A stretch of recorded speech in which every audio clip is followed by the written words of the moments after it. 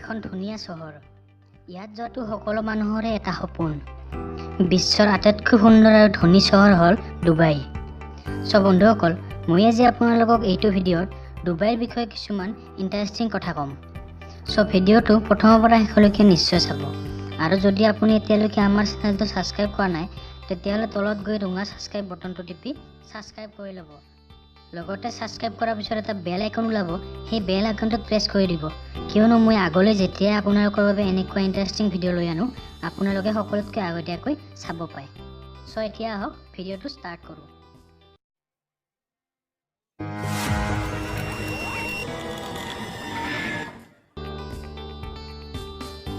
আপোনালোকে নিশ্চয় ব্ৰুজ খলিফাৰ নাম শুনিছে, বিশ্বৰ আটাইতকৈ ওখ বিল্ডিং। কিন্তু ব্ৰুজ খলিফা বৰ্তমান পুৰণা হৈছে আৰু ডুবাইত নিৰ্মাণ হ'বলৈ গৈ আছে the tower of Greek herbal, যিটো ব্ৰুজ খলিফাতকৈও ওখ। প্ৰায় 1000 মিটাৰৰ এই বিল্ডিংটো 2020 চনত নিৰ্মাণ সম্পূৰ্ণ হ'ব আৰু সেই সময়ৰ বিশ্বৰ আটাইতকৈ ওখ অট্টালিকা হ'ব। ডুবাই বিশ্বৰ একমাত্ৰ এনেকুৱা চহৰ য'ত অপৰাধীৰ সংখ্যা আন দেশৰ তুলনাত বহু পৰিমাণে কম।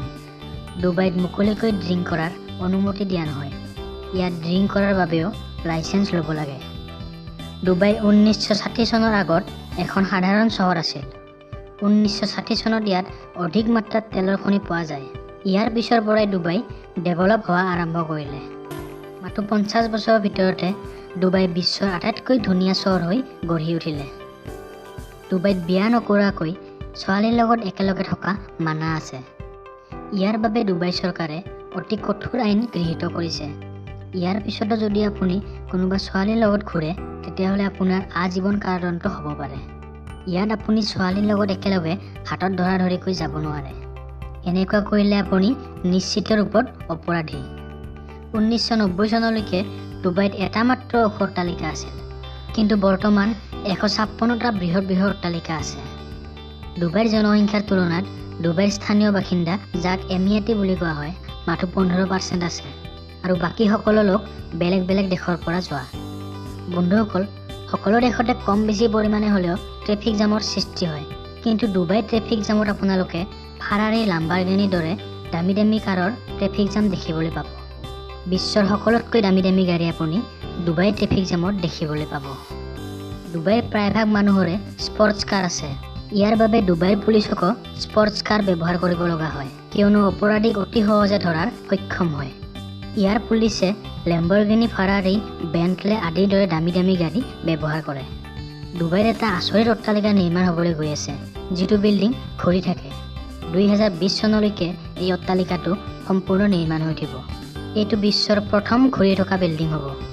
এইটো বিল্ডিঙৰ আচৰিত কথা এইটো যে ই যিমান ইলেক্ট্ৰিচিটি খৰচ কৰিব, তাতকৈ 10 গুণ বেছি ইয়াৰ পৰা পোৱা যাব।